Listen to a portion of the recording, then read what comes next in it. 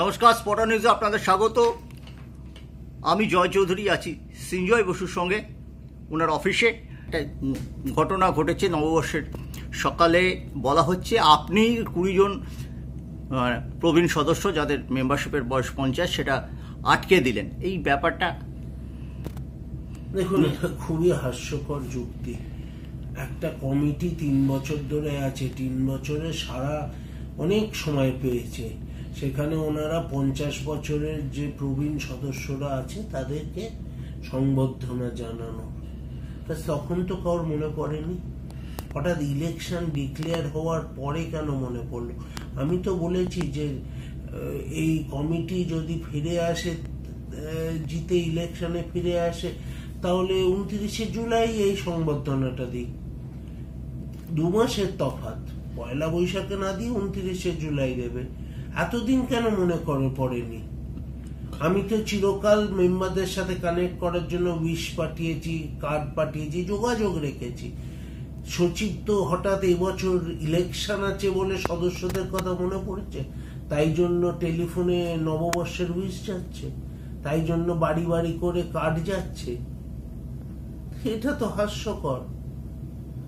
আমি তো একটা জিনিস আমি আশা করি প্রতিটি মোহনবাগান মেম্বারও এটা অ্যাপ্রিসিয়েট করবে যে হঠাৎ ইলেকশনের আগে কেন এইসব স্টার্ট। উনি বলছেন বিদায়ী কমিটি 20 মার্চের আগেই রেজলিউশন নিয়ে রেখেছিল, যদিও প্রেস কনফারেন্সে সেদিনটা ঘোষণা করা হয়নি। এটা ঘোষণা করা হয় উত্তর কলকাতায় ওনাদের যেটা মিটিং সেলিব্রেশন ছিল সেখানে। উনি ওনার স্বপ্নে ঘুমোতে ঘুমোতে কি দেখেছেন সেটা ওনার ব্যাপার, সেটা পৃথিবীর লোকের জানার কথা নয়।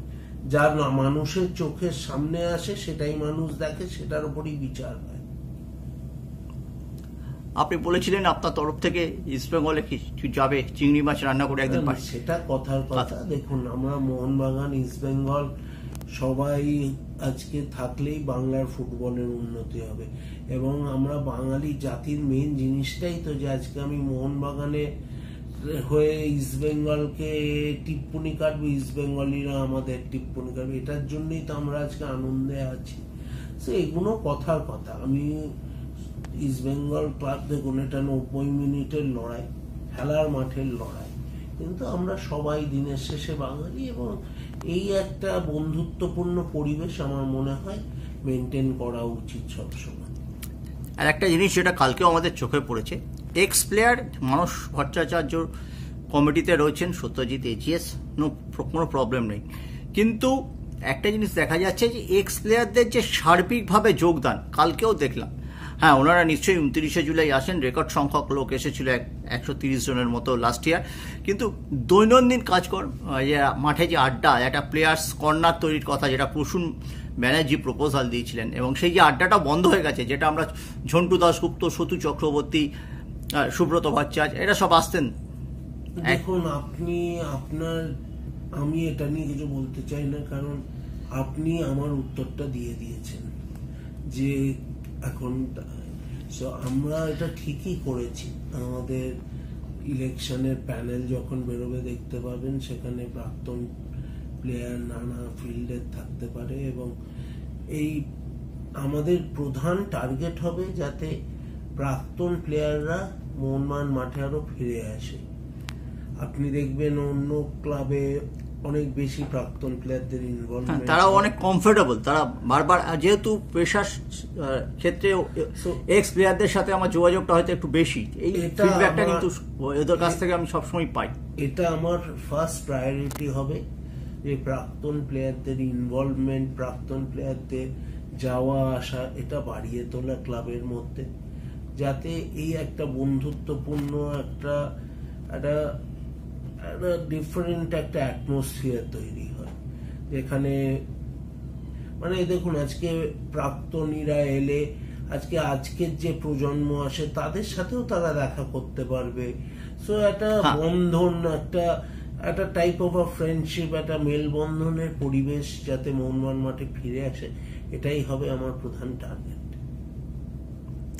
2 নম্বর এবং 3 নম্বর কাজটা কি? দেখুন, সবগুলো তো এখন কিছু কাজ নিশ্চয়ই 3 বছরে হয়েছে, কিন্তু অনেক কাজই হয়তো বাকি আছে। দেখুন, ডেফিনেটলি কাজ হয়েছে। আমি কোনো কাজ নিয়ে কোনো করতে পারবো চাই না। দেখুন, আমাদের ক্লাবের এখন রেভিনিউ ক্লাবেরই থাকে, কারণ আগে যেটা হতো 100 টাকার মধ্যে 95 টাকা ফুটবলে খরচা হয়ে যেত, সেটা এখন আর হয় না। সো এই রেভিনিউ দিয়ে অনেক কিছু করা যেতে পারে ক্লাবের। আজকে একটা জিনিস দেখুন, আজকে নতুন প্রজন্ম কিন্তু ক্লাবে সেই অর্থে আসে না, মানে কমে গেছে। প্লাস এখন এই স্মার্ট, দেখুন আগে কি হতো, খেলার মাঠে লোক আসতো প্রচুর, এখন যেহেতু খেলাটাও এখন আমাদের মাঠে সেই ভাবে হয় না, প্লাস এখন আবার তাও রিনিউয়াল হতে লোক আসতো, এখন আবার অনলাইন রিনিউয়াল হয়ে যাচ্ছে। সো আপনার মাঠে লোক আসাটাও আস্তে আস্তে দেখবেন কমবে।